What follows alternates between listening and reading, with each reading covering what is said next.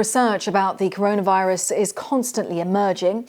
In recent days, it's been suggested that there may be a second, more lethal strand of the virus circulating. But a study out today from the Medical Research Council and the University of Glasgow has found that while the virus has mutated, there's no evidence that it has changed into different types. Well, Dr. Oscar MacLean is the lead researcher for that study. Thanks so much for your time. So just explain to us what you've found, because this will put people's minds at rest. Yeah, so there's lots of mutations that are currently accumulating as the pandemic's going on, but we looked through our sequence database, which catalogues all of the sequences that are available, and compared the patterns that we're observing to other historic viral outbreaks, such as Ebola and SARS, and concluded that the reasoning behind the claims that have been made so far, suggesting that there are different types that have discernible characteristics, are really unfounded. And what we're seeing at the moment is completely in line with sort of neutral expectations, with all these viruses being functionally interchangeable. And why is this important? Why is it crucial that there's only one particular type of strain of this virus?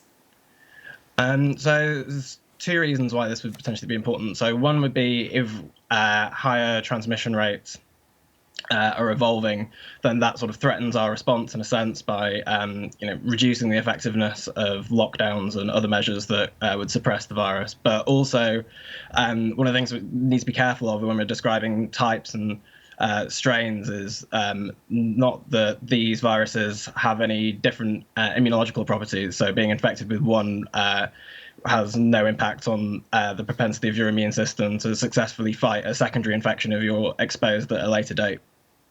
And with this virus, with its ability to mutate, does this mean, can it become more contagious? What in particular do we need to be aware of? So these mutations that are accumulating, in theory, could have a functional effect. But looking at examples from historical viral outbreaks, it's not really something that we're expecting. There's been ample opportunity for these things to have evolved recurrently throughout previous viral outbreaks, but these aren't things that traditionally occur. It's quite hard. Viruses are generally already quite optimized, and so whilst it's something that does need to be kept track on in the future, the evidence, the criteria for coming up with that conclusion should be quite high, and nothing that's come out so far really comes close to being satisfactory to make that claim. Well, Dr. MacLean, thanks so much for debunking those myths that there are different strains, in fact, of coronavirus. Thank you so much for your time. Good luck with the rest of your research.